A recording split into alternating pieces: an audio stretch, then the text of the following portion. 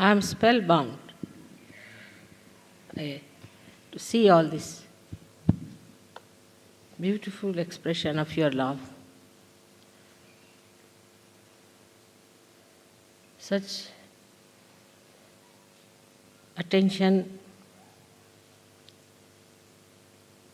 and creativity. I must be the luckiest guru.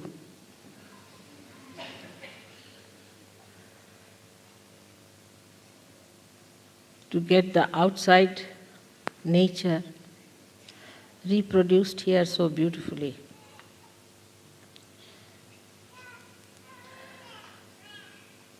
After seeing this,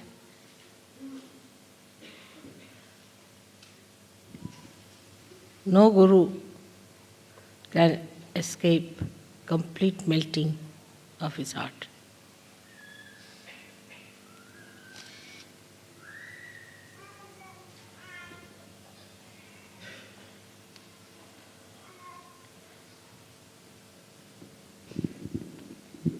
Actually,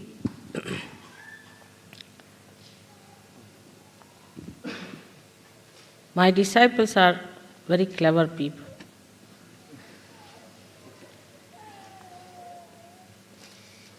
They can neutralize any guru.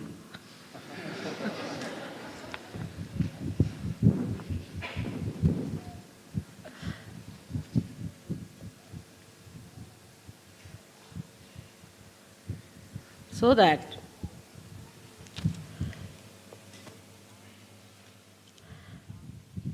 Guru's staff, which is used for disciplining the disciple, also melts away into a lotus.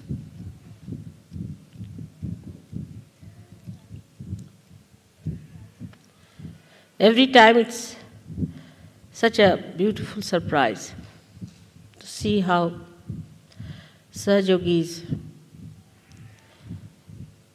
are getting one with the divine. The expression of their joy,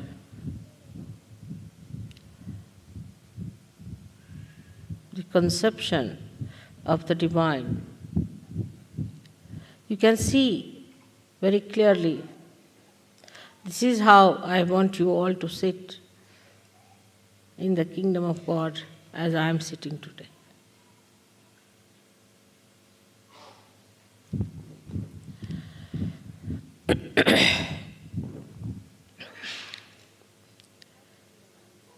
We have to realize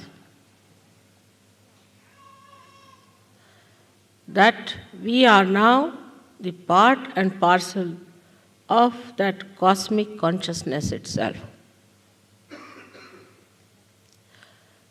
the Brahma, the one that creates, which coordinates,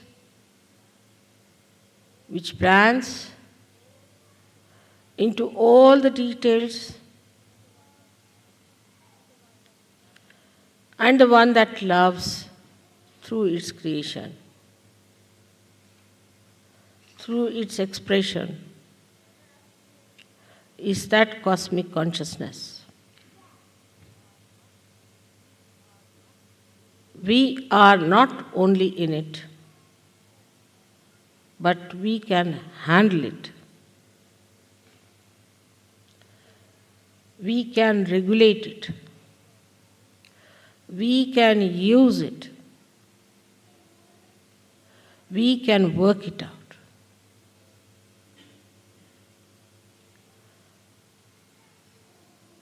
This is the state when we are in. We are the Guru.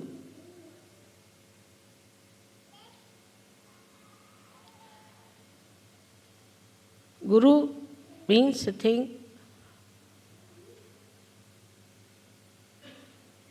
which is higher than the gravity of the earth, or stronger than the gravity of the earth.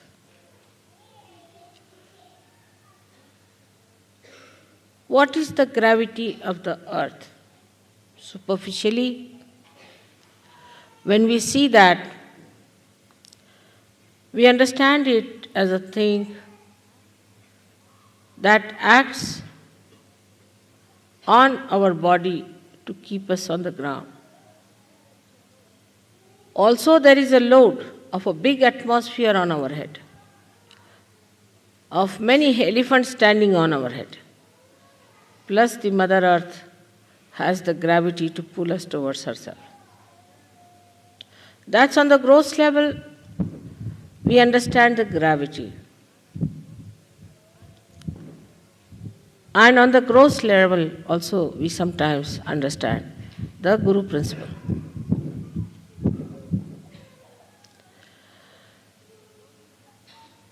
On the gross level, we think a good Guru is that person who just attracts you towards himself. Bodily attraction. Or maybe other attractions.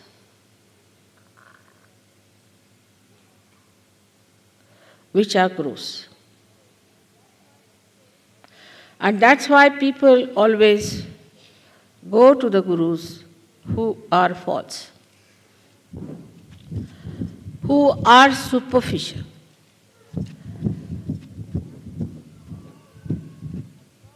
But the one who is above the gravity of the Mother Earth,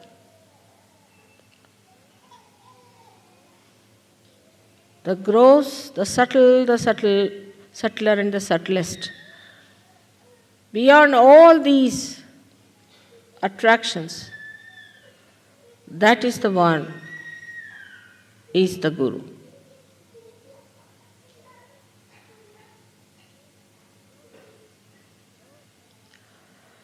So, in the very gross way, we see that normally people are attracted towards other through the body element.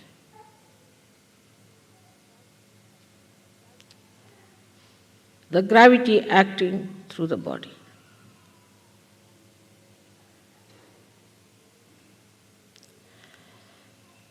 A guru who looks like a cinema actor was very much appreciated. They cannot see the totality of beauty, but just one aspect. The earlier gurus who came as false gurus used to paint their faces even in India. Or they would go to special decorators who would make their hair look like Shankara's jatas, and eyes were painted with big black coal up to this, and the whole body was covered with funny type of a powder. Or they would wear a kashaya, a cloth that was given a color of saffron without using the saffron. In 2 rupees you can get that. And people would be attracted towards such a person. They would carry an elephant. To sit on an elephant, even to add to the propensity of the superficial gravity, and walk on the streets. And people would bow to them and give them whatever they wanted.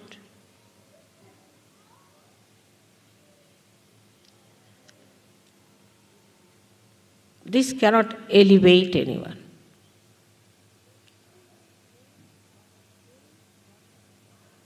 Any body attraction can enslave you, cannot give you freedom.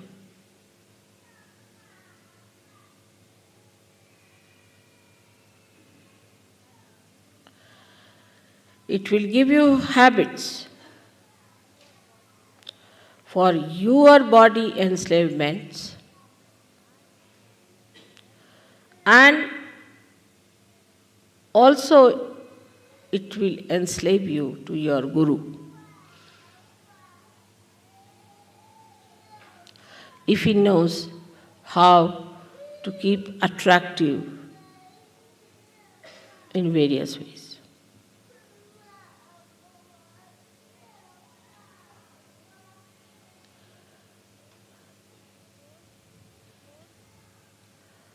The whole understanding of the cosmic consciousness can be put in one little sentence, that it cannot be attracted by the gravity of any stars, earth, moon or sun.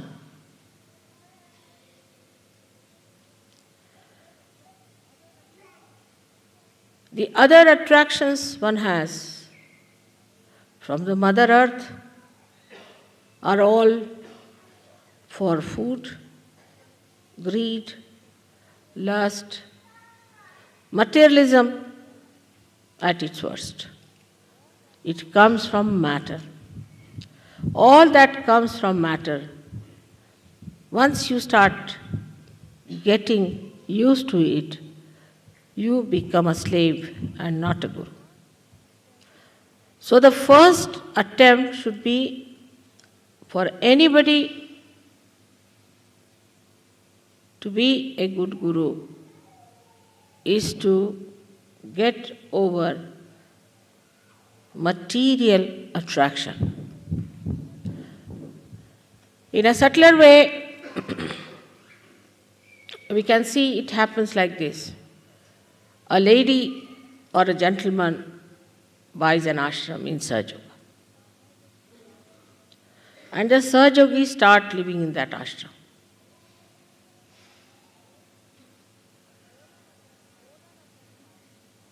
The owner of that house starts worrying about the house and all material things in that house rather than the emancipation of the disciples or the SahajaYogis who are there.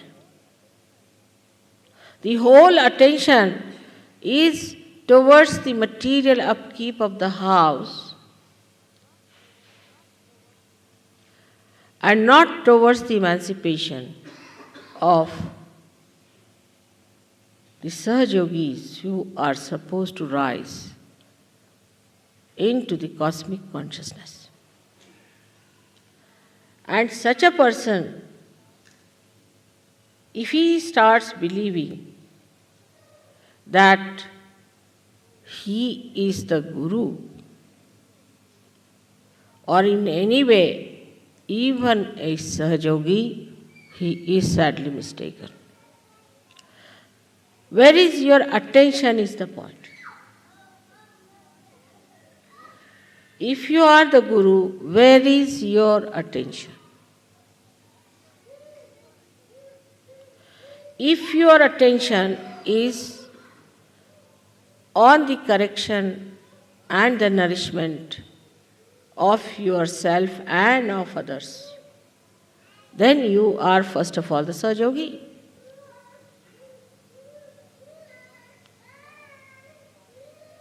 And once you rise above the gravitational force of materialism, then you could be called as the guru.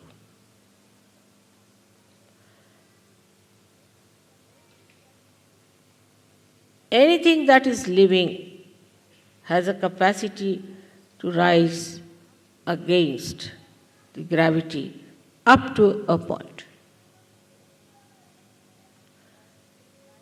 That is limited.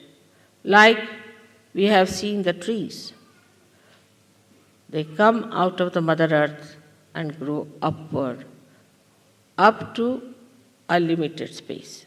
Every tree, every type of tree has its own limitations.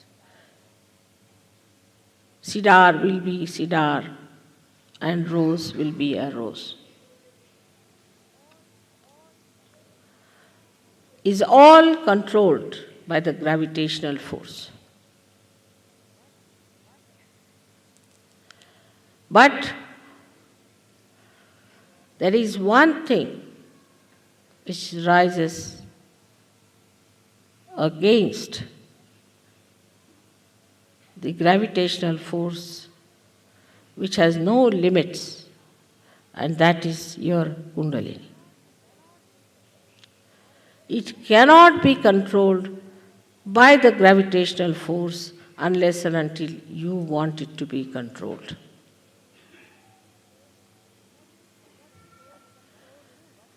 Nothing can control it but you and yourself can control it. So as soon as you become in charge of your Kundalini, you have crossed one step forward, that you have overcome the force, that is the gravitational force.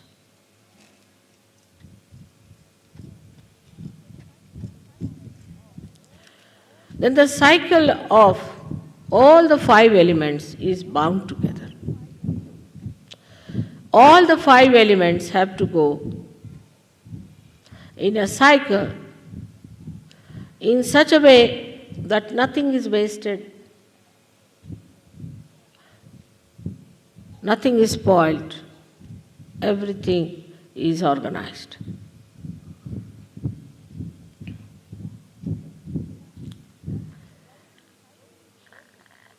But the cycle is broken only by the awakening of the Kundalini.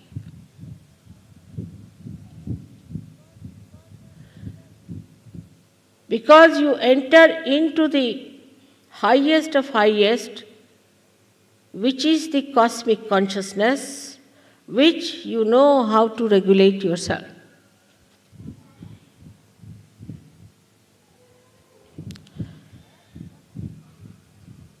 That cosmic consciousness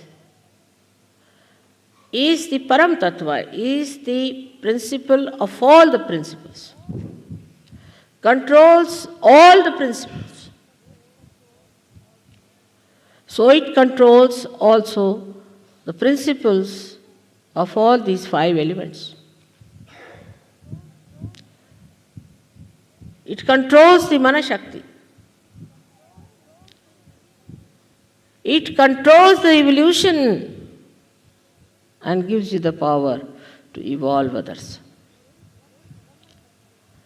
So this great Brahma Shakti is at your lotus feet. Perhaps Sahajogis do not realize what they have achieved. The only difference between a Adi Guru and a Guru, Sadguru I would say, is this, that the Adi Guru knows that he is the controlling power. He knows he is with absolute oneness with the Brahma Tattva, with the cosmic. The authority with which he talks, the complete confidence with which he says things.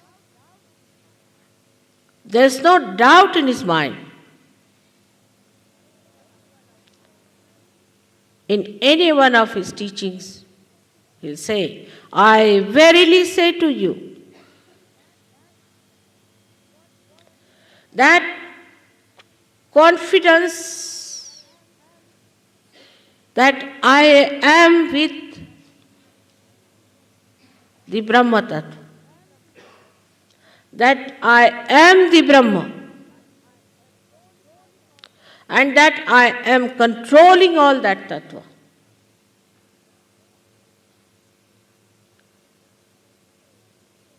makes him a prophet.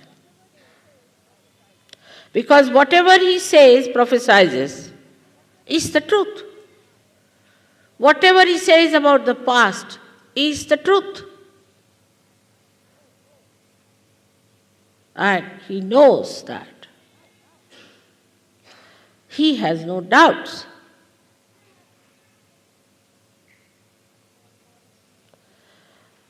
The authority with which Moses talked, authority with which Socrates talked, authority with which Lao Tse talked,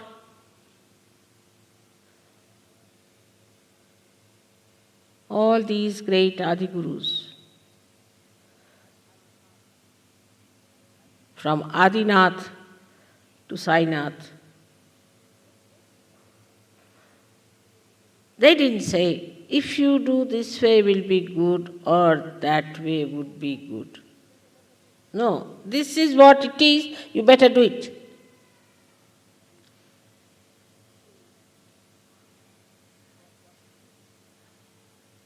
This is what it is.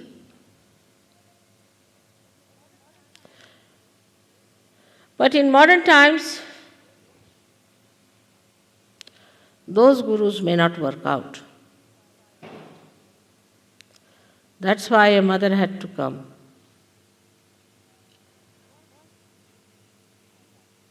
First, to give you realization. Because these gurus did not realize another point, that their disciples not understand them at all. Whatever they are doing out of awe. But awe doesn't have understanding in it. Or even the earlier ones may have had. The generation that came afterwards did not have. So they turned the gurus into a facade, and the whole building they owned as their own, creating all kinds of problems, killing the universality and the collectivity, because Brahma Tattva is the power of the collectivity, is in everything, in the atom, in the molecule, in the human heart. Everywhere it is reflected, depending on the reflector, and it controls.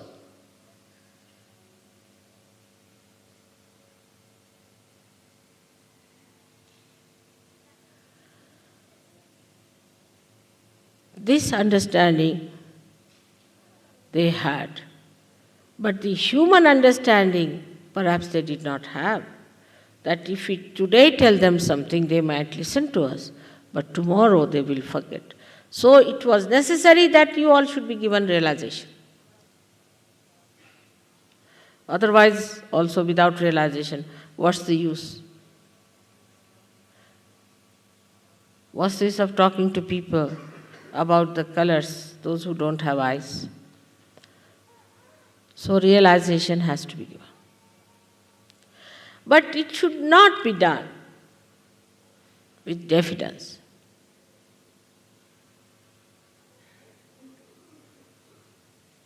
When a guru does not feel vibrations properly, he becomes definite about giving realization. But even when he feels it clearly, he will not say things with authority. Authority by any chance does not mean aggressiveness. Authority is because you have it, that's why you express it. Like this light is now shining on my face. It is shining, it's not aggressive. Because that's the quality it has got, that it has to shine, so it is shining. In the same way, a guru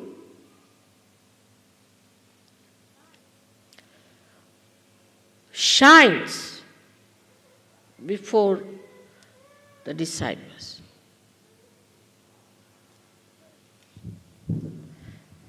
It's very easy to understand this word shine. When you have something dirty, it doesn't shine. Even the gold, which is always shining, is not tarnishable. If you put it under the mud, it won't shine. So you have to wash it, clean it, and rub it nicely so that it shines.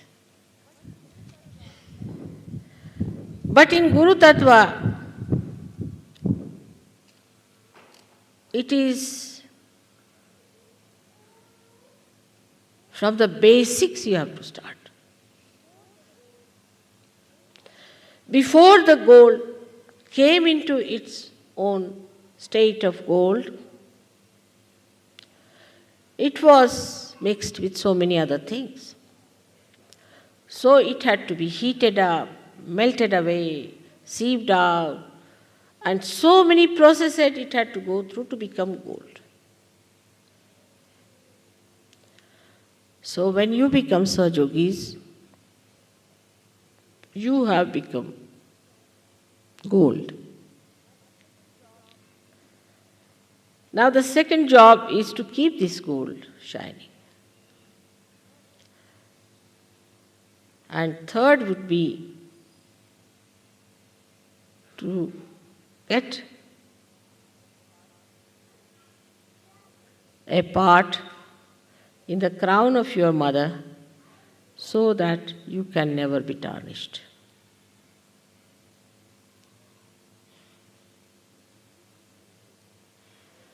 Into these three stages one has to go.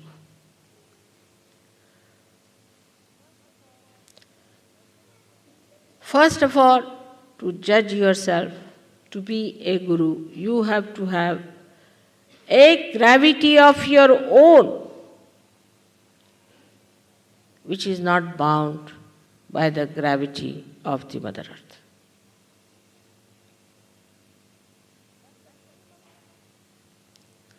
That's the minimum of minimum.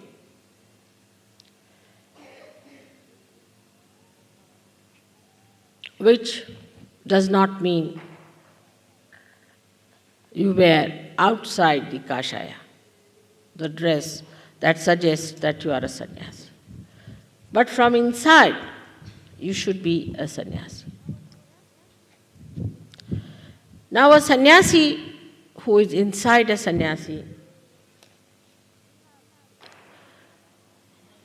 will have a big bank balance maybe, but will know nothing about it. Will be very indifferent and any day willing to part with it. A sannyasi has to be a person above lust. Should not know what is a lust is.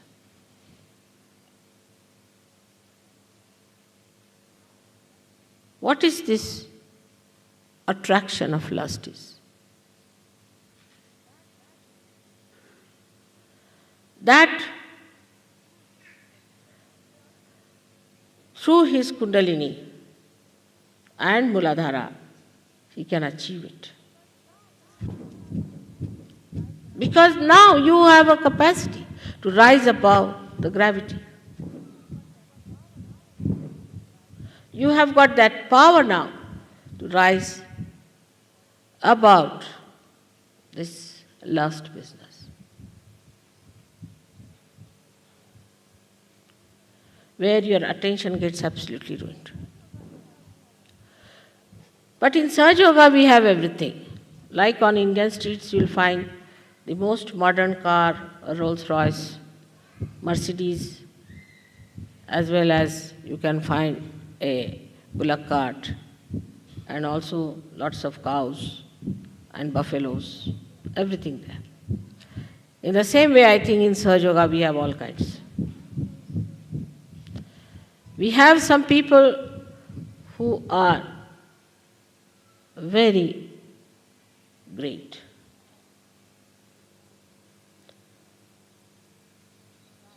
And try to achieve a state of untarnishability. Put their attention to it, work it out. But we also have people who are absolutely useless things, just hanging on to SahajaYoga, to use SahajaYoga for their own popularity maybe, for their own gains. I don't know for what.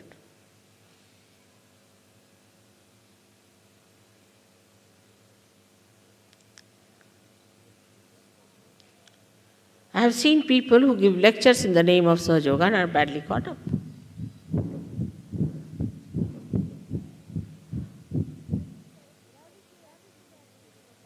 There is that gravity acting in you, remember that. The gravity of the Mother Earth. Some sort of a gravity which should be located. But some of them are nothing but worms. They cannot go higher. And the outsiders see those worms only and try to say that SahajaYoga is no good.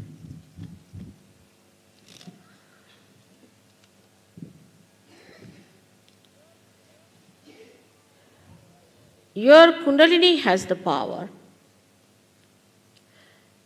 It has all the powers to make you the highest of highest. An ordinary grass can become a cedar. There's no limits to it.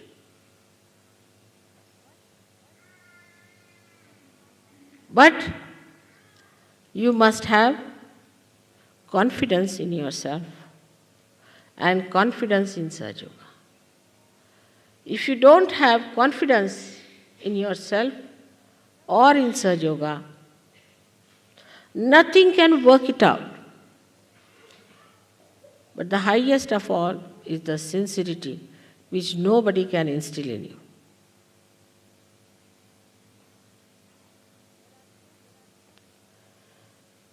There are so many descriptions of a guru, how a Sadguru should be.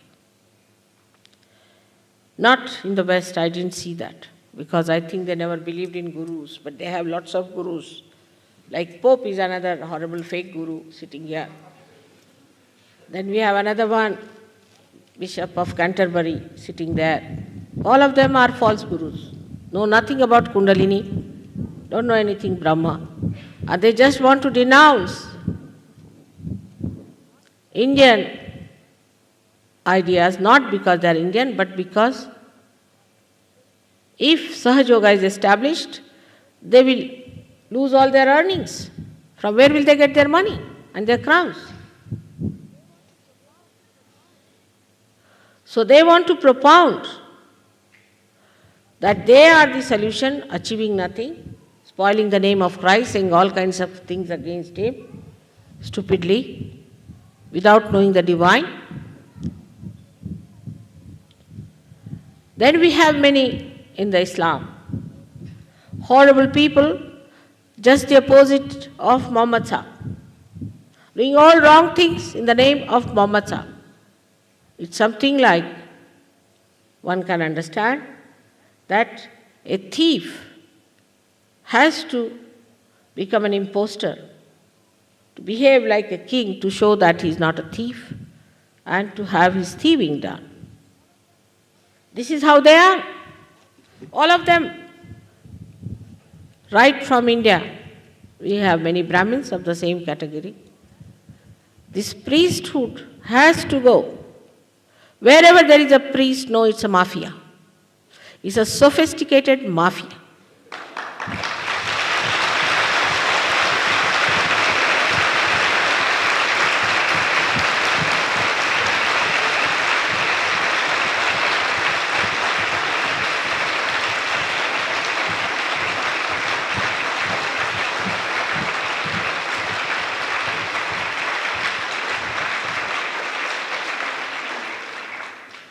No SahajaYogi Guru is going to take any money, nor anybody is going to bow to them, nor they are going to take any kind of special attention.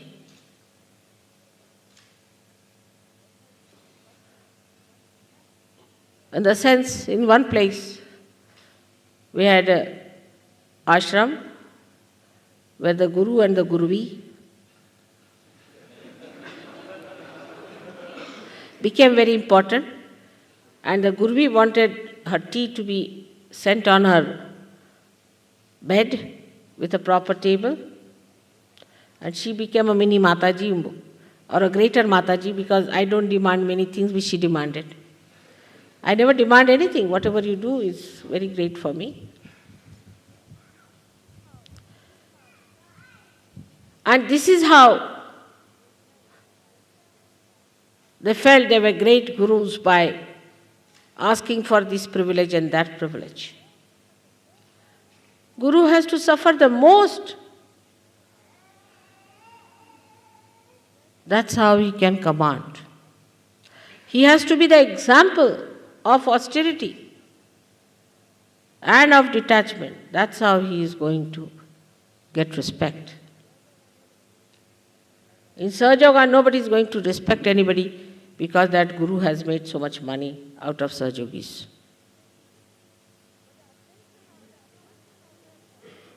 But the attention on money itself of SahajaYogis itself is suggestive that they are not SahajaYogis. For example, when you wanted to collect money, I never asked for a house or anything. The idea came from some SahajaYogis, there should be a house for me. Who can house me? Just think of it. Is it possible? Is it possible to house me? Not possible. So with a purpose and with my name, we could have something done in the heart of the universe, where everybody is sleeping practically.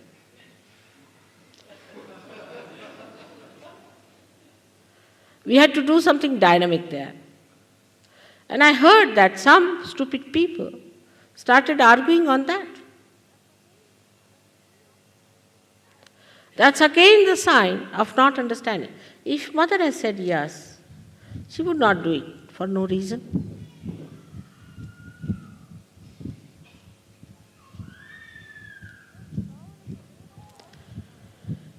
So the power of understanding only comes when we become the power of cosmic consciousness.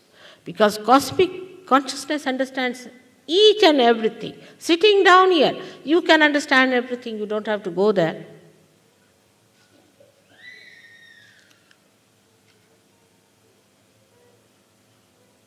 Everything. And because your mother is a Mahamaya, it may not show, but it will expose one day. So you have to depend on that part of SahajaYoga, that it is a Mahamaya's job. So we should not get disturbed or upset. It will show.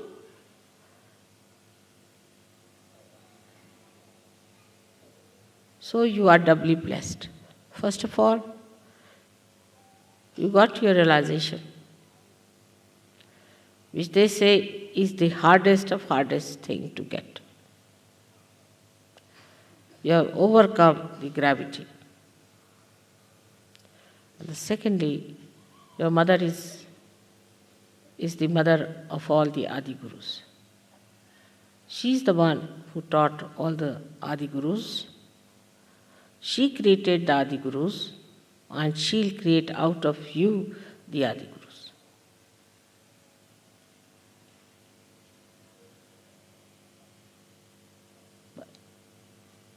But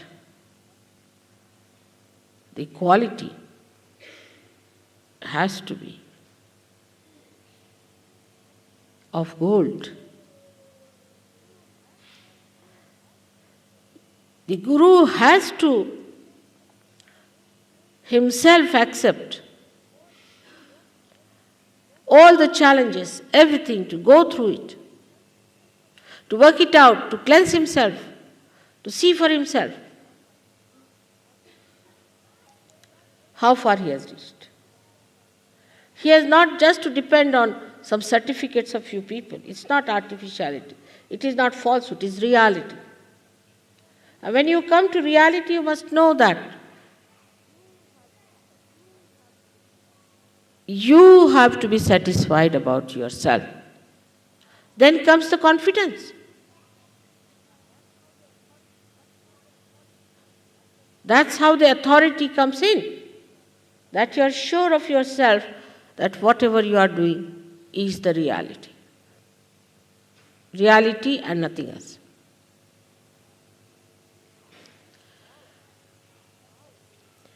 And this power is within you.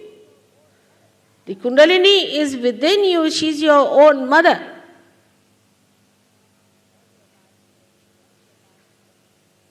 All your life you have wasted in doing all kinds of things. People have gone into lots of penances, doing anti-culture great jobs of ruining themselves and destroying themselves. What did they get? Then they started another sort. They are busy now with another trip. And they'll be busy tomorrow with another trip. But whatever they do stupid, they do it so seriously. That's the most surprising thing is. Into all the details, Nothing should be missing. The complete stupidity must be achieved with full sincerity. That surprises me the most. And then what confidence? If you ask me, why did you do it? He said, what's wrong? You're amazed. There should be a new word rather than bumptiousness for this kind of thing. That you cut your nose, and when the doctor asks you, why did you cut it, it's what's wrong? I've done it well, better than you could do. This is how human nature is. That's stupid. But when it comes to reality, how are you? Devastatingly, we work out our destruction, our construction, and our ascent. Do we do it that assiduously, with that caution, with that care, with that detailed understanding?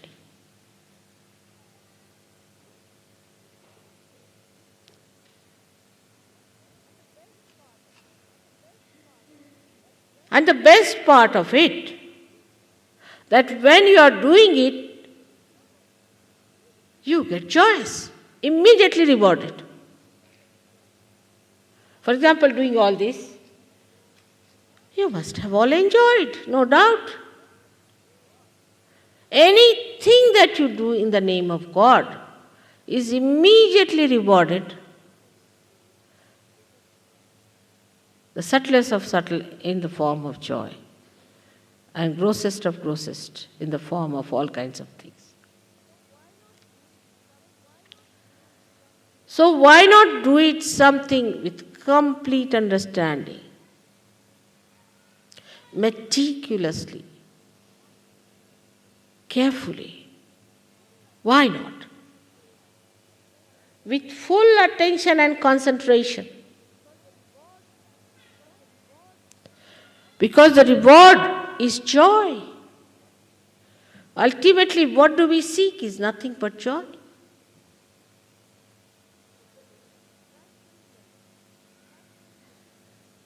Rationally we understand, but not from the heart. It doesn't go in the heart easily. Now people are saying, Mother, open my heart. How am I to open it? Just tell me.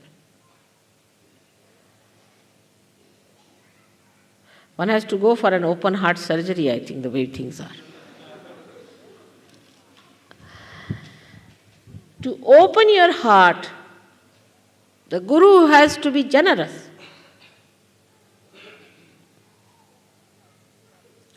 Whatever these other gurus are doing, just the opposite of that. What have you given? For example, you are having some people with you in your house, and you are the Guru. What have you given to them?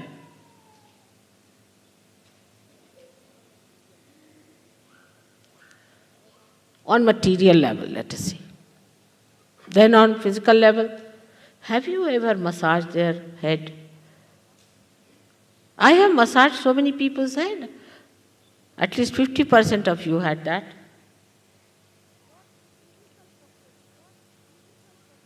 What physical comfort you have given to that person? If you are the Guru. Then what is the emotional confidence you have given to that person? If you are shouting for that person, why did you keep it there? Why didn't you keep it here?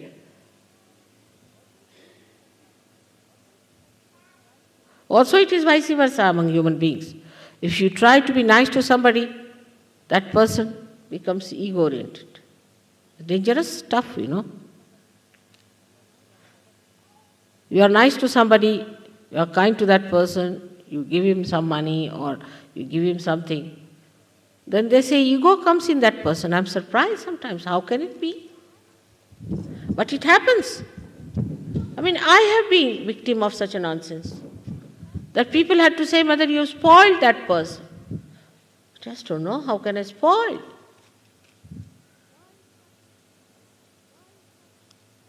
Why it happens?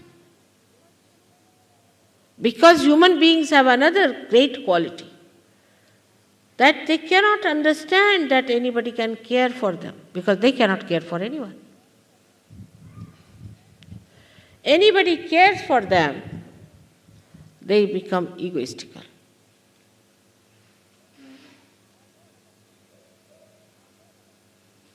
I have known about some Indians who went abroad, and people thought Indians have come as if Adi Gurus have come. There can be worse than you people. And are, no doubt. And then you start worshipping them as Indians. And then you understand that this is just a donkey from India you have brought, which is kicking you all the time. The image of that Indian goodness is not there.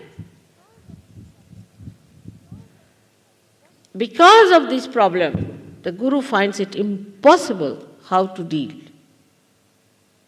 with the disciples.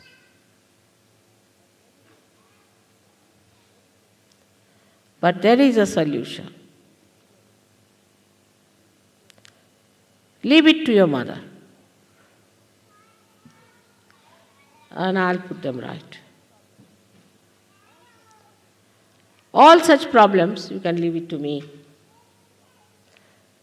When people try to take advantage of you or take to ego, tell them, now I'm going to leave it to mother, I'm not going to look after you anymore. That will settle them right. They do not know that this cosmic consciousness is also very mischievous. It has lots of mischiefs up its sleeves. And it can work out such mischiefs that people are amazed and aghast. So all such problems, if you cannot deal, you can leave it to me. And another one is to their Kundalini, to tell them that they are catching on this or catching on that. It's your duty to tell them that you are catching on your ego. Better be corrected. Now, all of you can become gurus. Every one of you can become gurus.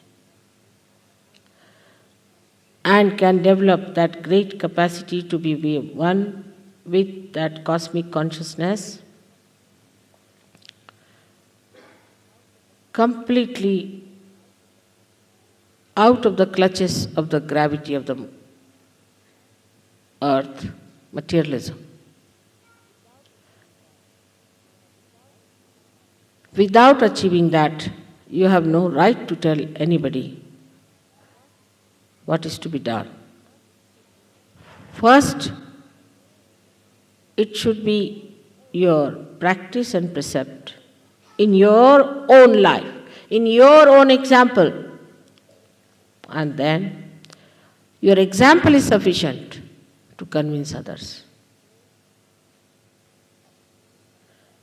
Today, through this understanding that you have to rise above the gravitational force of materialism, which is today's religion everywhere, whatever they may call it, whether it is communism or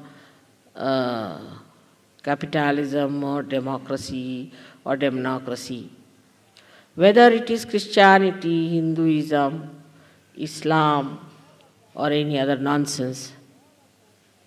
All of that is nothing but materialism in its all absurd forms. Kundalini is the only thing that can take you like the stalk of the lotus out of this mud of materialism.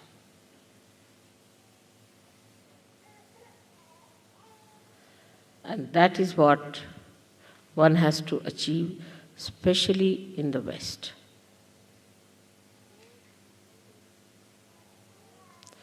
It goes into subtle and subtler and subtlest forms. So be on the lookout, and ultimately it expresses itself as ego. All materialists are egoistical, racist.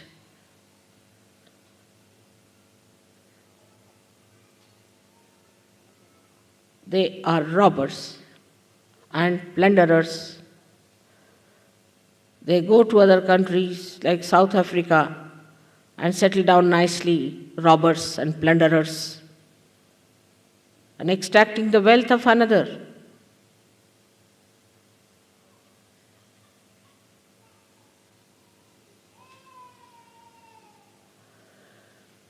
All this can become very sophisticated and beautified. We have to fight that, but to fight that we have to get out of it completely. Otherwise we cannot fight it when we are in it. So all of us should try to get out of it fully. It does not mean that you should all take out your clothes and say that we have given up everything. That's another style it has started now. It means that you respect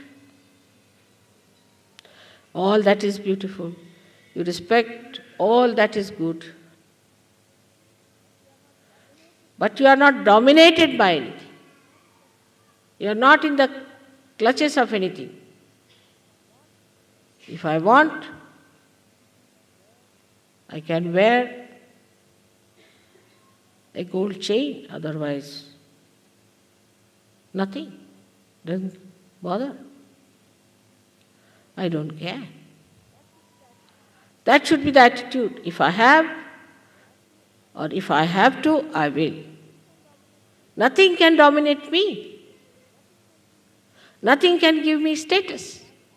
I stand on my own status and on my position and on my authority because I am that pure consciousness.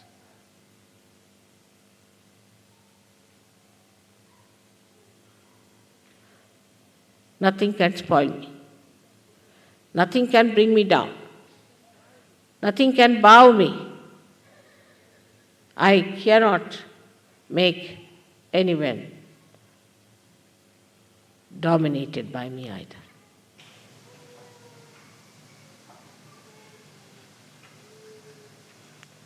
This is how we are going to become great gurus. Imagine 620 people are here, and one guru is sufficient to change the whole world.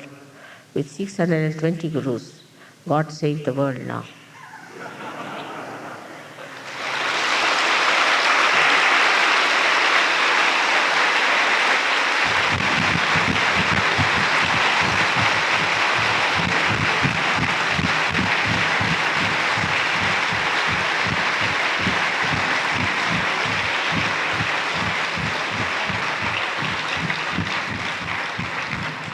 There's a beautiful saying of Adi Shankaracharya, Tat Nishkala, about Brahma Tattva. I am that Brahma. On that. If you have, let me see. That's the best way to understand what you are. Just bring it. Very famous. Have you got it? No, not that. Another. Just bring it. Have you bought the book? Can you bring the book to Srimataji?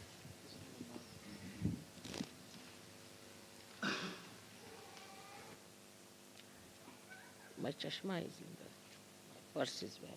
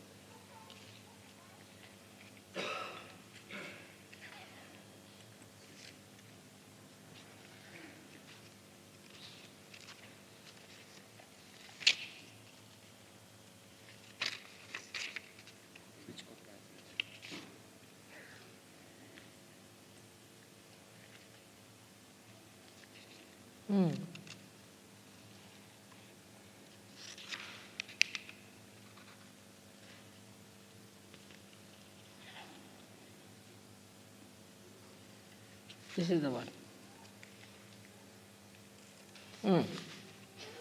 Nirvana should come. This one is the one. You just read it in English language. I don't need it. Just.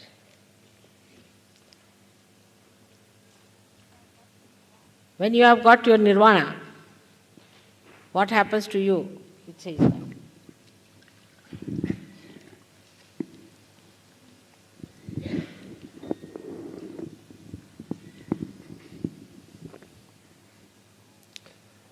Home.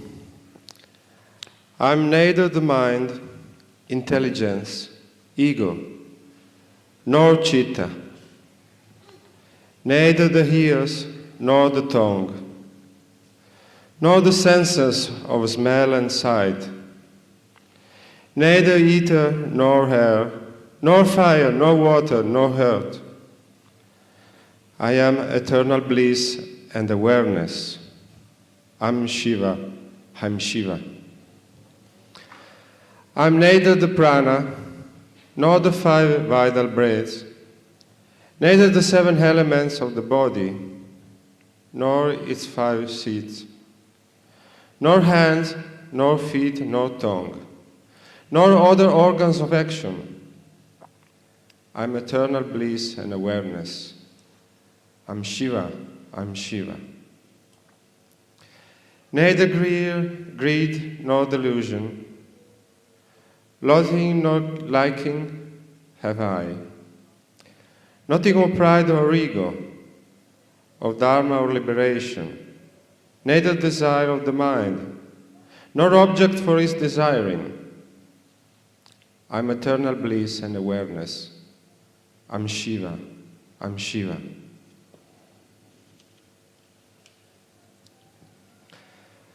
Nothing of pleasure and pain, of virtue and vice do I know, or mantra of sacred place, of Vedas or sacrifice.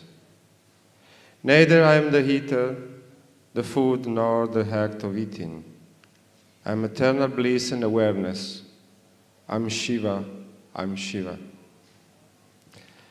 Death or fear I have known, nor any distinction of caste, neither father nor mother, nor even a bird have I, neither friend nor comrade, neither disciple nor guru. I'm eternal bliss and awareness. I'm Shiva, I'm Shiva. I have no form or fancy.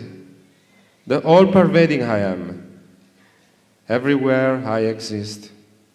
And yet, I'm beyond the senses.